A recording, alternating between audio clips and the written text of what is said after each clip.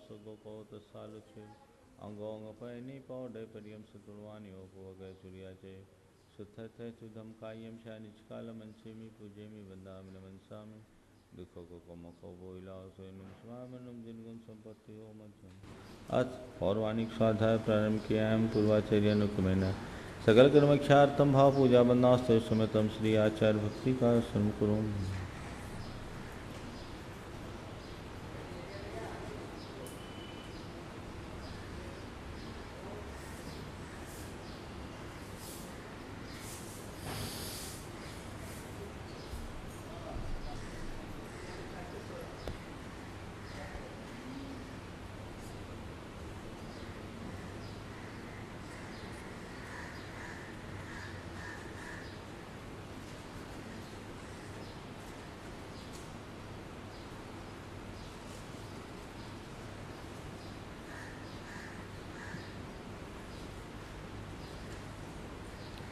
श्रुत जलधिपारिके भय सपरमद विभावना पटुमतिभ्य सुचरित तपोनिधिभ्यो नमो गुरुभ्यो गुण गुरुभ्य छत्तीस गुण समज्ञे पंच विहाचार्य करन संदर्श शिष्यानुज्ञा कुशले धम्मायरी सदा वंदे गुरुभक्ति संयमेन तरन्ति संसार सायरम घोरम चिन्नन्ते अट्ठकम्मं जम्मन मरणं न पावेन्ति ये नित्यं व्रतमन्त्र होम निरता ध्यानाग्निहोत्राकुला सत्कर्मावृता तपोधन धना साधु क्रिया साधु शील प्रावरणा गुण प्रहरणा चंदारिकते चोदिका मोक्षद्वारिक पाठ पाठन भटा प्रणंत माम साधु पूर्व पांतो नित्यम ज्ञान दर्शन नायिका चारितार्णो गंभीरा मोक्ष मार्गोपदेशिका इच्छाम तार्वत्तिका सुखो को तत्सालुचो शमनान समदर्शन समचरितानम पंचव्याचारानम आर्यानम आराधुसुनान वदेश्यानम वध्यानम तिर्यन गुणपालनयानम सौसानम शनिचकालम अंचेमी पूजेमी वंदामि नमनसामि दुखो को मुखो बोइलाओ सोनम स्वामनम जिनगुण संपत्ति हो मध्यम बंदित सब सिद्धे धूममल मनोवमम गदिम पत्ते बोछामि समय पाहुड़ मिनमो सुध के विजीवनिदम। जय बोलो श्री पंच परमेष्ठी भगवान की परम पूजा आचार्य गुरुवर श्री विद्यासागर जी महाराज की।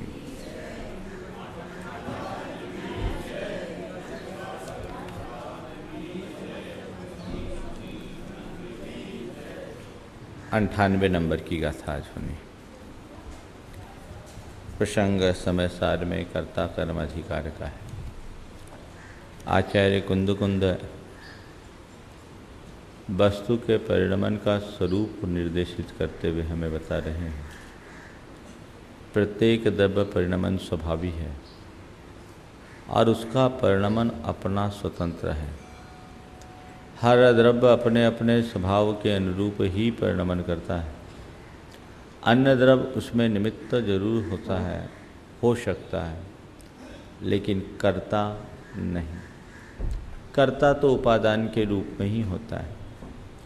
और इसी बात को कई तरीके से आचार्य भगवान हम सबको समझा रहे हैं। इसके पीछे का मूल भाव यही है कि हम सब के अंदर अनादि से कर्तृत्व की ऐसी दृढ़ भावना भरी हुई है जो छूटती नहीं। जो भावना हमारे अंतस में समाहित है, उस भावना को निकालने के लिए अलग अलग गाथाओं के माध्यम से आचार्य कुंद हम पर प्रहार कर रहे हैं और ये कह रहे हैं कि तू पर के प्रति अपने कर्तृत्व की अवधारणा को निर्मूल कर। जब तक तेरी ऐसी अवधारणा नष्ट नहीं होगी तब तक तू यथार्थ ज्ञानी नहीं हो सकेगा, और जब तक तुम्हें ऐसा ज्ञान नहीं होगा तब तक तू बंधन से छूट नहीं सकेगा। अपने बंधन से मुक्ति के लिए, अपनी आकुलता से छूटने के लिए, आकुलता से बचने के लिए और जीवन को परम कल्याण के रास्ते पर ले जाने के लिए तुम्हें वस्तु के स्वरूप का वास्तविक ज्ञान करना जरूरी है। जब मनुष्य के मन में वस्तु स्थिति का वास्तविक ज्ञान प्रकट हो जाता है तो बहुत सारी आकुलताएं अपने आप छूट जाती हैं। लोक जीवन में हम देखते हैं कि कई बार हमारे मन में कोई भ्रांति होती है तो जब तक उस भ्रांति का निवारण नहीं होता बड़ी आकुलता होती है। एक बार एक आदमी ने अपनी चाबी भीतर के जेब में रख दी। भीतर के जेब में चाबी रख दी और बाद में चाबी ढूंढे तो जहाँ चाबी रखता था वहाँ चाबी थी नहीं। अब बहुत मुश्किल में पड़ गया कि मेरी चाबी कहाँ गई, मेरी चाबी कहाँ गई, मेरी चाबी कहाँ गई। भारी बेचैनी कि अब चाबी कहाँ ढूंढूं, चाबी कहाँ ढूंढूं। और जब तक उसको पता नहीं लगा कि चाबी मेरे पास है, उसे वहम हो गया चाबी मैंने किसी और को दे दी। उसके मन में बड़ी आकुलता, लेकिन जैसे उसको मालूम पड़ गया कि चाबी तो मेरे पास है, उसकी सारी आकुलताएं स्वतः शांत हो गई। ऐसे ही कार्यकारण की व्यवस्था की चाबी है वस्तु के स्वरूप का ज्ञान। जिसे वस्तु के स्वरूप का ज्ञान हो जाता है वो कभी आकुल नहीं होता, उसके मन में कभी व्याकुलता उत्पन्न नहीं होती। हमारी सारी आकुलताओं का जड़ क्या है, आकुलताओं की जड़ क्या है? हमारे मन में पलने वाला अज्ञान। आकुलता होती क्यों है, आपने कभी महसूस किया? हम जो चाहते हैं वैसा नहीं होता, मन में आकुलता होती। जो चाहते हैं वैसा नहीं होता, मन में आकुलता होती। जितना चाहते हैं उतना नहीं होता, वो मन में आकुलता होती है। जब चाहते हैं तब नहीं होता, मन में आकुलता होती। जैसा चाहते हैं वैसा नहीं होता, मन में आकुलता होती। जो जितना जब जैसा, ये हमारी जो चाहत है, ये चाहत कैसी है? आचार्य कहते हैं तू जो चाहता है वो हो ऐसा हो ही नहीं सकता, क्योंकि हर द्रव्य का अपना परिणमन है। तू अपने अंदर चाहत प्रकट कर सकता है, लेकिन तुझे राहत मिले इसकी कोई गारंटी नहीं। चाहत प्रकट कर सकता है और तेरा ये अज्ञान है, क्योंकि तूने आज तक यही धारणा बना रखी है कि जो मैं चाहूँगा वो हो सकता है। नहीं, तेरे अंदर चाह रूप भाव भर प्रकट हो सकता है, लेकिन जिसे तू चाह रहा है उसका मिलना संयोगों के ऊपर निर्भर करता है। मिल भी सकता है, नहीं भी मिल सकता। इसलिए तो ये ध्यान में रख कि जो तू चाहता है उसके अनुकूल संयोग कम है, प्रतिकूल संयोग अधिक। इसलिए अपनी चाह को सीमित कर ले, और चाह उत्पन्न होने के बाद भी अगर काम ना हो तो मन में दाह प्रकट मत होने दे। समझ ले संयोग ऐसा ही है। तत्व ज्ञान के आश्रय का यही उपयोग है। मन की आकुलता को शांत करने का इससे अच्छा और कोई दूसरा उपाय नहीं। यहाँ मेरा कोई जोर ही नहीं चलता। ये अपने व्यवहारिक जीवन में उतारने की बात है। हम लोग समय सार की व्याख्या सुनते हैं, उनकी गाथाओं में उलझ करके रह जाते हैं। उसे जीवन में उतारने की बात सोचनी चाहिए। हम अपने व्यवहारिक जीवन में पूर्ण अकर्तृत्व को प्राप्त नहीं कर सकते। मान लिया वो अकर्तृत्व तो निर्विकल्प समाधि में जाने के बाद ही घटित होता है, लेकिन पूर्ण अकर्तृत्व को यदि हम ग्रहण नहीं कर सकते तो कोई बात नहीं, अपनी आकुलताओं को तो कम कर सकते हैं। व्यर्थ की जो कर्तृत्व की भावना हमारे मन में है, जो आकुलता को उत्पन्न करती है, उसे तो शमित कर सकते हैं। और उसे शमित करने के लिए आचार्य कुंद कहते हैं, ये एक गाथा बहुत काम की है, जो आज 98 नंबर की गाथा है। इस गाथा को हम आत्मसात करें तो हम अपनी वृत्तियों और प्रवृत्तियों को काफ़ी हद तक नियंत्रित करने में समर्थ हो सकते हैं। जम कुणदि भाव मादा, जम कुणदि भाव मादा, कत्ता सो होदितस् भावस्, कत्ता सो होदितस् भावस्, कम्मत्तं परिणमदे, कम्मत्तं परिणमदे, तं विषयं पुग्गलं दब्बं, तं विषयं पुग्गलं दब्बं,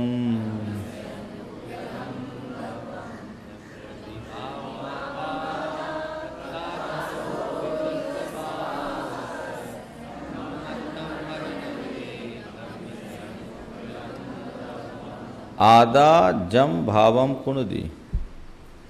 आत्मा जो भाव करता है, सो तस्य भावस्य कर्ता होती, वह उस भाव का कर्ता होता है। आत्मा जो भाव करता है सो वह उस भाव का कर्ता होता है। तम ही ऐसी स्थिति में पुद्गलम दब्बम पुद्गल द्रव्य स्वयं स्वयं कम्मत्तम परिणम दे कर्म रूप परिणत होता है। बहुत सूक्ष्म बात आचार्य यहाँ कह रहे हैं, और ये कह रहे हैं कि देखो निमित्त की हद क्या है, निमित्त की सीमा क्या है, इसे समझो। ये कह रहे हैं पुद्गल कर्मों का कर्ता आत्मा नहीं है, आत्मा अपने भावों का करता है। बस जो भाव करता है उस भाव के साथ ही आत्मा का कर्तृत्व है। उस भाव के प्रभाव से कर्म जो कर्म रूप परिणत होते हैं वो अपने भाव से परिणत होते हैं। क्या हुआ? कर्म के उदय में हमारे अंदर भाव उत्पन्न होता है, विकारी भाव।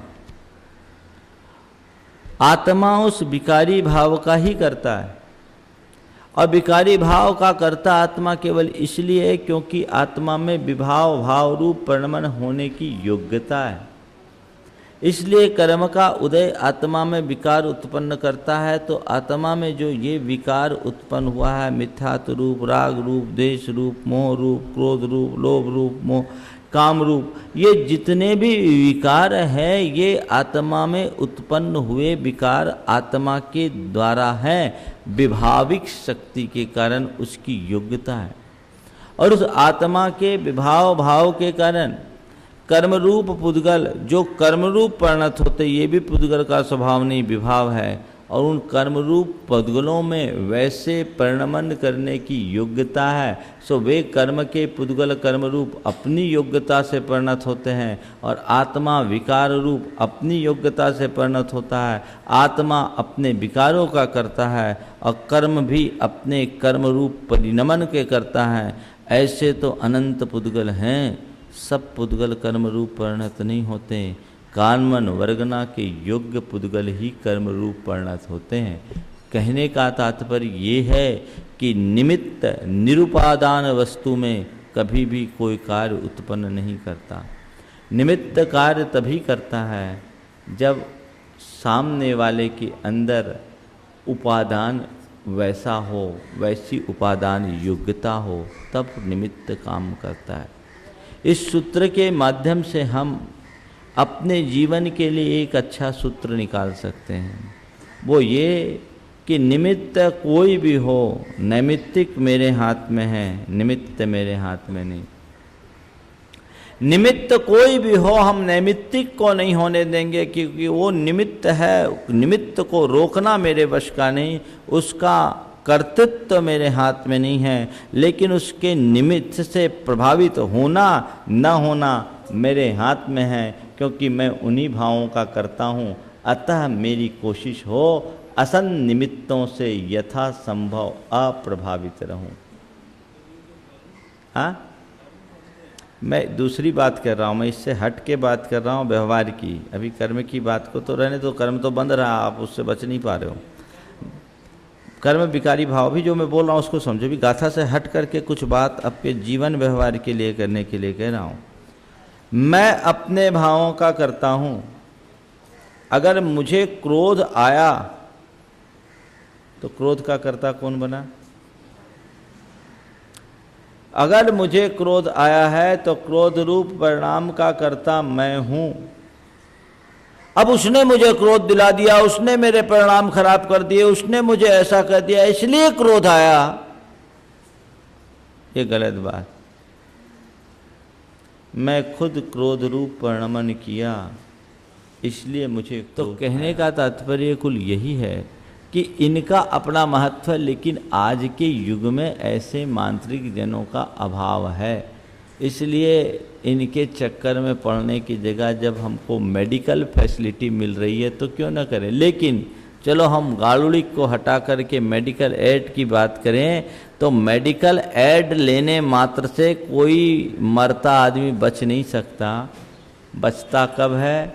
जब बचने की योग्यता होती तब। आयु कर्म ना हो तो मेडिकल एड क्या करेगा? कुछ करेगा क्या?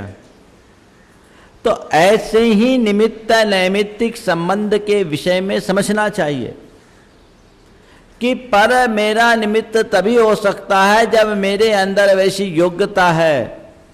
दूसरा, मुझे गुस्सा तभी दिलाता है जब मैं गुस्सा करने का स्वभाव अपने अंदर रखता हूं।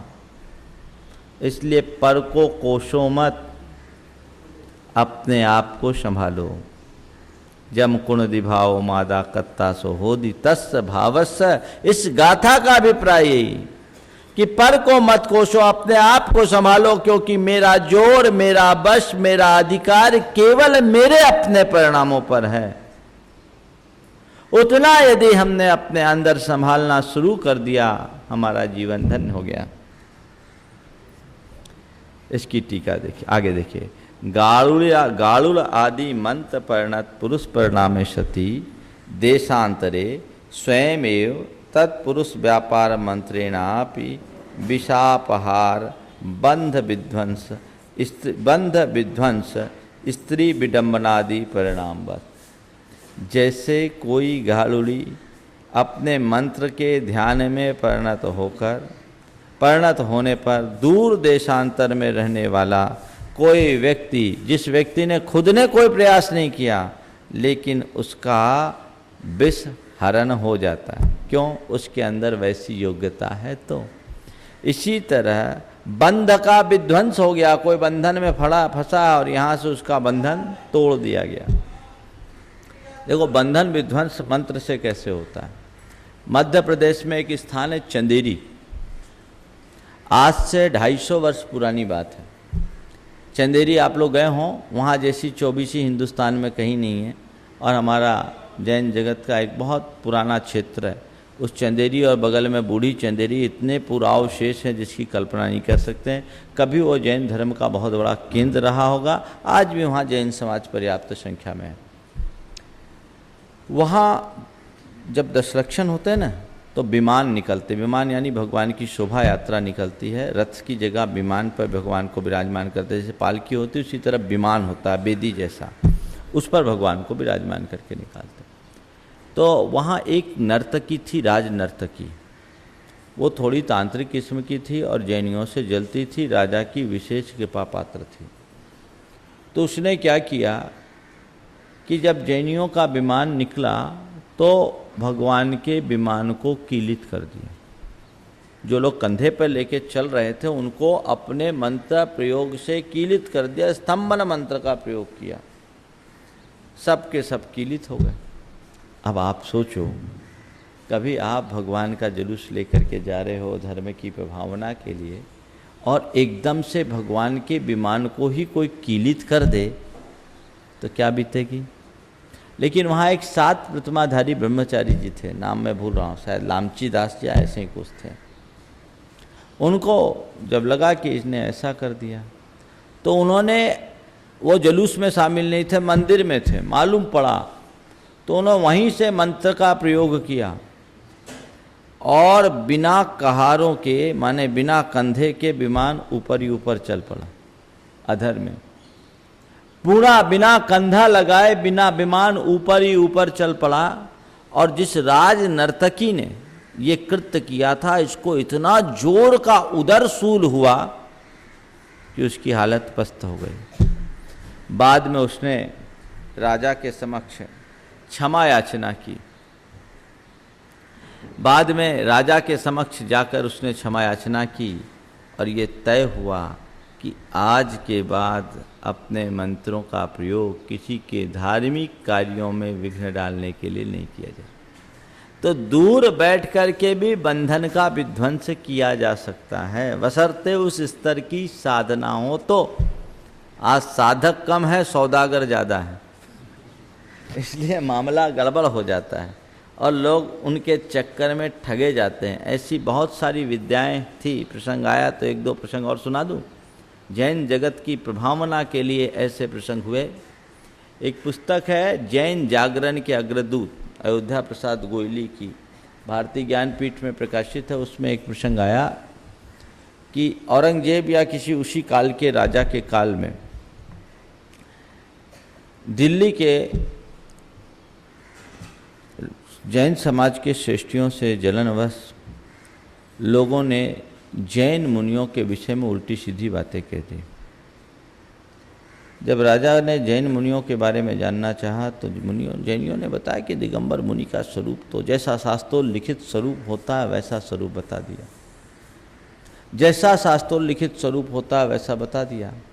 अब राजा के मन में जैन मुनि के दर्शन की तीव्र उत्कंठा प्रकट हो गई और राजा ने कहा ठीक है, तो तुम हमें जैन मुनि के दर्शन कराओ। जब तुम कहते हो जैन मुनि ये तो फरिश्तों से बढ़ कर के हैं, हमें जैन मुनि के दर्शन कराओ। अब कहाँ से दर्शन कराए, दिल्ली इलाके में कोई मुनि नहीं। राजा ने 2 महीने का टाइम दिया। उन्होंने कहा भाई जैन मुनि पैदल चलते हैं, ऐसे नहीं आ सकते, अब देखना पड़ेगा, दूर देश में मुनि है। बोले ठीक है, 2 महीने का मैं समय देता हूँ।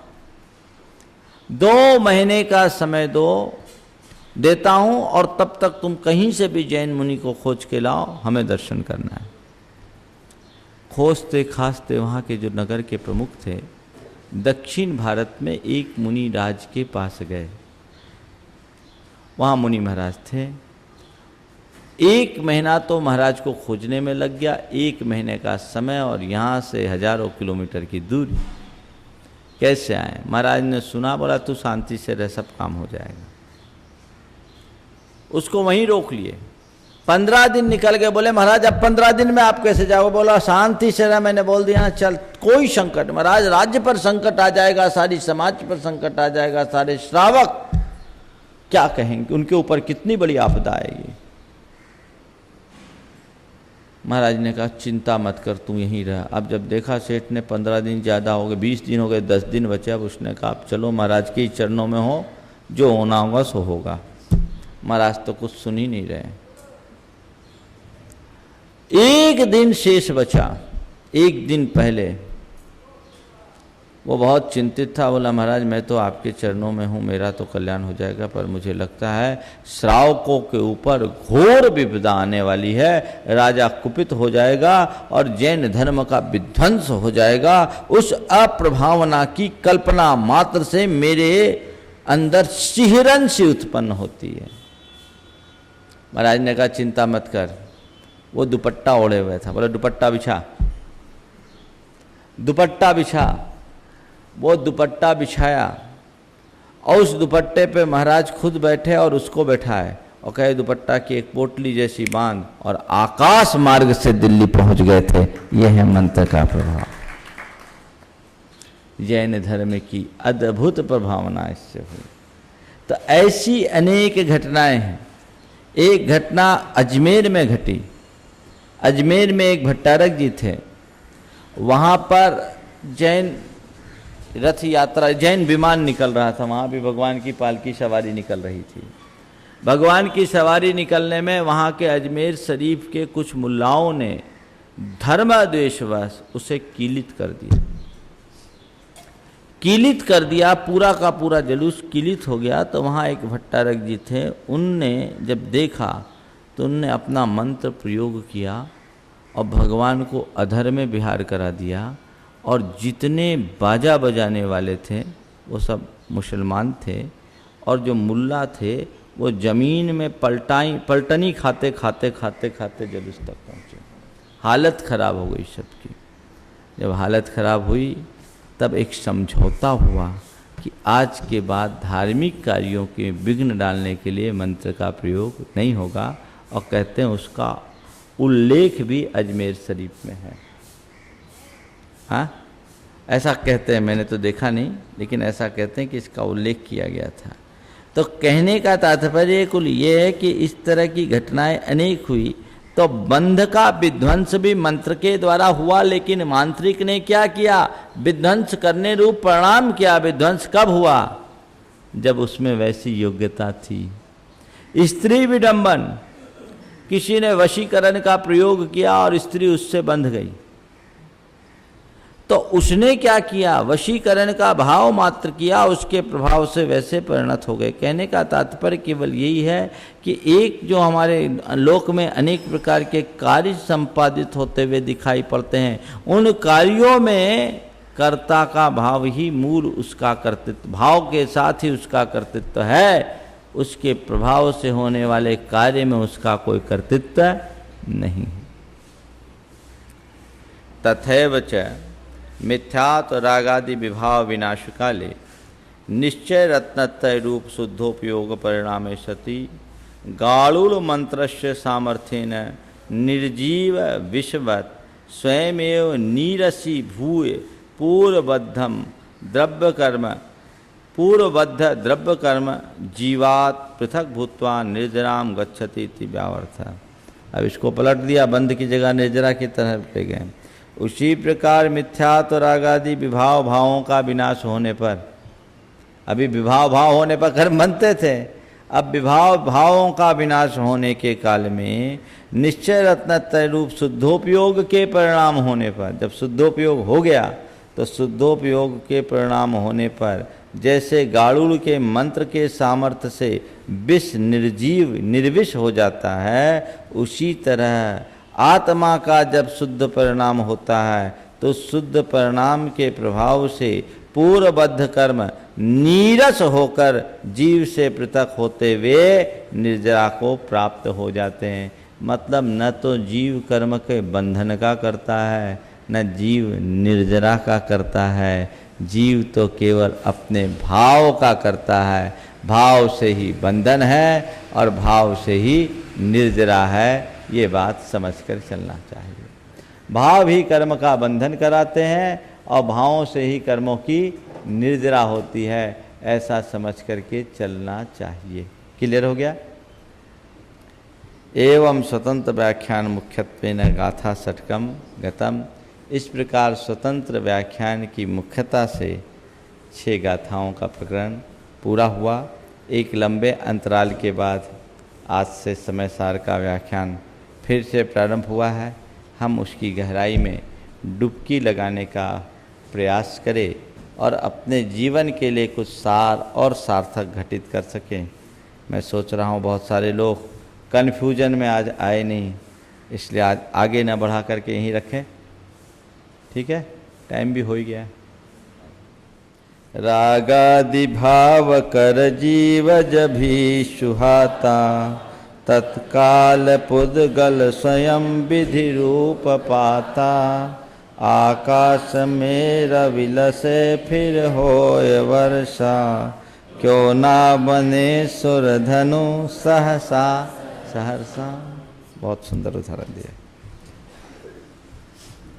जिनवानी अभी नलवाड़ी में प्रवचन करके संघ के बड़े पुराने ब्रह्मचारी 10 प्रतिमाधारी हैं। मैं चाहता हूँ कि थोड़ी देर उनके उद्गारों का विलाप आप सब लो दो। आप